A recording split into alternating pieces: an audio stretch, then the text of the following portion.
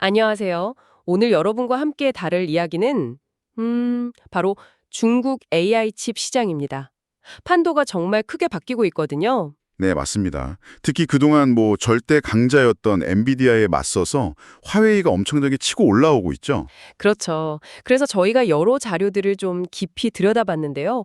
화웨이가 어떻게 이렇게 부상했고 이게 엔비디아한테는 구체적으로 뭘 의미하는지 오늘 좀 자세히 파헤쳐 보겠습니다. 네, 흥미로운 주제입니다. 일단 오랫동안 AI 칩, 특히 중국 시장은 엔비디아 천하였잖아요. 그랬죠. 거의 독점적이었죠. 근데 재미있는 게 경쟁자가 인텔이나 AMD가 아니라 바로 중국 기업인 화웨이라는 점이에요. 심지어 엔비디아 내부에서도 화웨이를 무시 못할 경쟁자다 이렇게 본다면서요. 네, 그 얘기가 나오고 있습니다. 사실 엔비디아 입장에선 좀 당혹스러울 수도 있을 것 같아요. 그럴 수 있겠네요. 근데 이게 갑자기 이렇게 된 건 아니고요. 결정적인 계기가 있었죠. 바로 미국의 대중국 반도체 수출 규제. 이게 큽니다. 아, 그 제재 좋지요? 네, 이걸로 엔비디아가 최첨단 칩을 중국에 팔기 어려워지니까 그 빈틈을 화웨이가 정확히 파고든 거죠. 기회를 잡은 거네요. 그렇죠. 특히 화웨이가 내놓은 어센드 910B나 910C 같은 칩들이 성능 면에서도 엔비디아의 주력 칩 중 하나인 H100랑 비교할 만하다 이런 평가까지 나오니까요. 와, 성능까지 거의 따라잡았다는 건가요? 네, 상당히 근접했다는 분석이 많습니다. 근데 단순히 성능만은 아닌 것 같아요. 화웨이의 진짜 경쟁력은 좀 다른 데 있는 것 같은데요. 정확히 보셨습니다. 그게 핵심이에요. 화웨이의 진짜 무서움은 뭐랄까 수직적 통합 능력입니다. 수직적 통합이요? 좀 더 자세히 설명해 주시죠. 그러니까 단순히 칩 설계만 하는 게 아니고요. 자체적으로 반도체 생산 라인도 어느 정도 확보하고 또 메모리 기술도 개발하고 심지어는 자회사를 통해서 직접 팹, 그러니까 공장까지 운영한다는 거예요. 팹까지 직접 돌린다고요? 네. 알려진 바로는 이미 7나노 공정 생산 능력까지 갖췄다는 이야기가 있어요. 7나노. 와, 이게 왜 중요하냐면 엔비디아는 기본적으로 팹리스잖아요.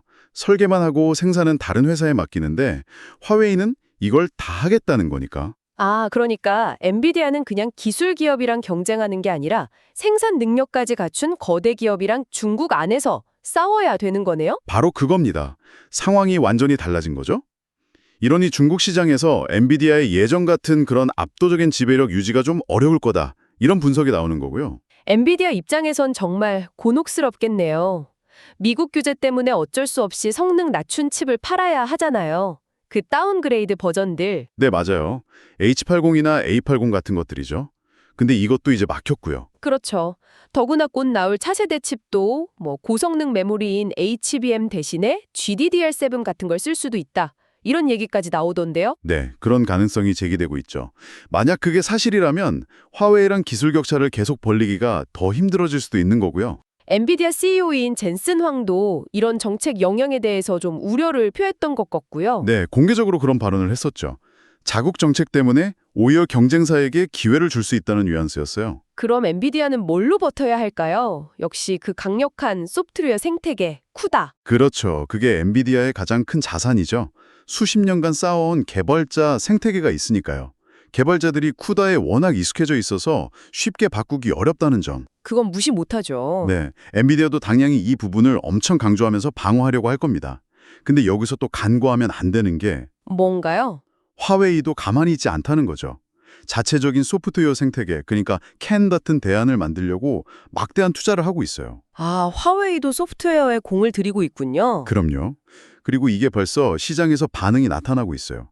일부 보고서를 보면 엔비디아의 중국 AI 칩 시장 점유율이 예전에 90% 이상이었는데 최근에는 50% 수준까지 떨어졌다는 분석도 나왔거든요. 90%에서 50%요? 와, 엄청난 하락인데요? 네, 그만큼 화웨이가 엔비디아가 겪는 어려움을 발판 삼아서 빠르게 치고 올라오고 있다는 증거죠. 허허, 그렇군요.